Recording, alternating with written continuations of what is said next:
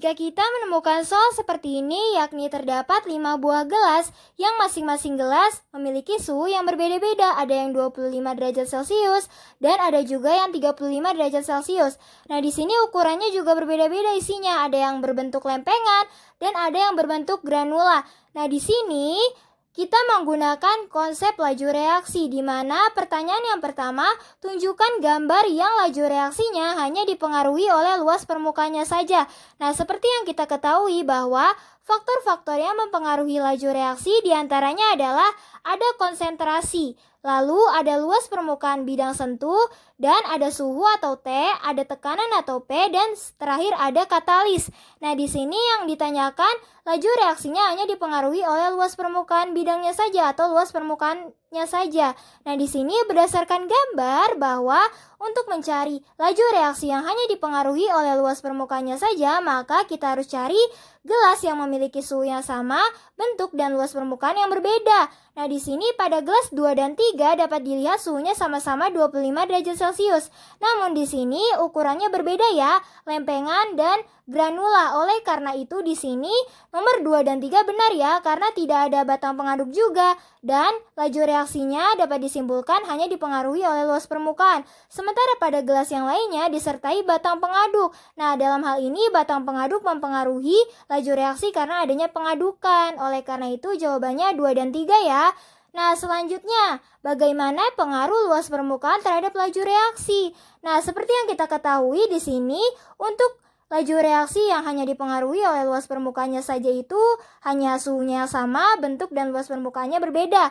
Namun, di sini ada hubungan antara luas permukaan dan laju reaksi. Kira-kira apa ya? Ternyata, luas bidang sentuh akan berbanding lurus dengan luas permukaan suatu zat. Nah, di mana luas permukaan suatu zat padat ini akan berbanding terbalik dengan ukuran. Nah, di sini berarti luas permukaan zat padat akan berbanding terbalik dengan ukurannya. Nah, berarti dapat disimpulkan bahwa semakin besar suatu ukuran dari zat padat, maka akan semakin kecil pula.